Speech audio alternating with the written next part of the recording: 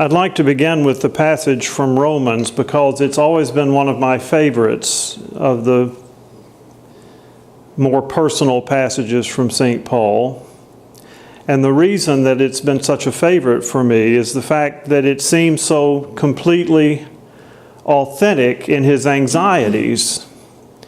He just wraps himself around himself about the ways in which things can go wrong and how he is subject to all sorts of failings. And he said, "Wretched man that I am, and who's going to do this? And if I want to do this, I can't do this, and I do what I don't want to do. And if I do want to do what I do," it just seems to fall all over himself. But that is something we can really relate to.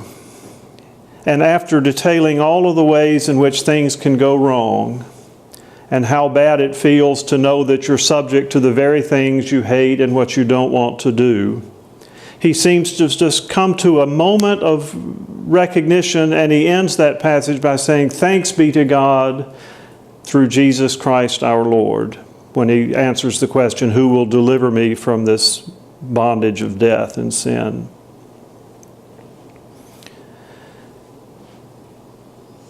We can relate to that, and I can relate to it from my ministry as a parish priest, because one of the most common pastoral problems I encountered, it seemed to me anyway, at the root of a lot of what people brought into my office, was the inability to relax before God. The inability to trust grace.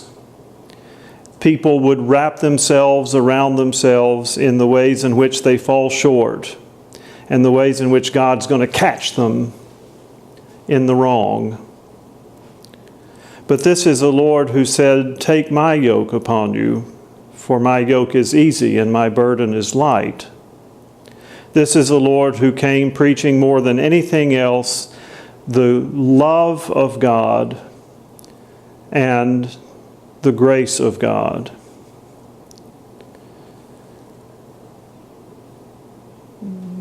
Perhaps you remember that back shortly in 1995, shortly after Ellen and I married, I was involved in an automobile accident, and my neck was broken, and that ratcheted up my anxieties a good bit.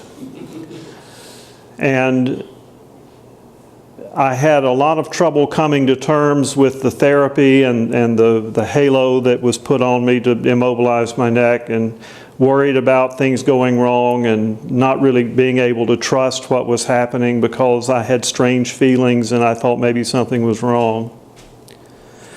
Until one day my doctor told me, said, "You must trust that your body is predisposed to heal.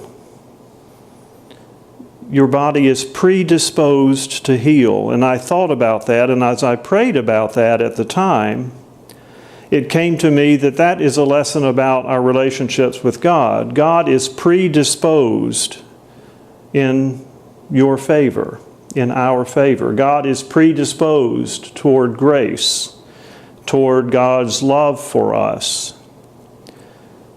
So why then would we have such difficulty in being able to relax and to trust that? I think a lot of it has to do with understanding our own position as a creature before a creator, as mortal before immortal, as sinful in front of the sinless one, our Lord, and knowing that we always seem to come up short. Well, God understands that we are creatures and that we are sinful and that we are mortal. And God is predisposed toward grace in being able to bridge the gaps that exist naturally between a creature and the Creator, between the mortal and the immortal. So the message this morning is short and sweet, which is we need to learn how to relax in our relationships with Jesus, knowing that Jesus trusts us and entrusts us with his own life and ministry now in the church and beyond. knowing that Jesus understands because Jesus became one of us. And being able to understand that God is predisposed in your favor, we can be free. We can be free to be who we were created to be, and not worry so much the way St. Paul instructs us through his own anxieties about being so wretched and being subject to doing the very thing which he hates and that kind of thing. We can learn from that and come to our own moment of recognition as Paul does. It says, but wait a minute. Jesus delivers us from these anxieties. Thanks be to God. So we do well to remember both lines from that stanza, that well-known stanza of Amazing Grace. 'Twas grace that taught my heart to fear, and grace my fears relieved. Amen.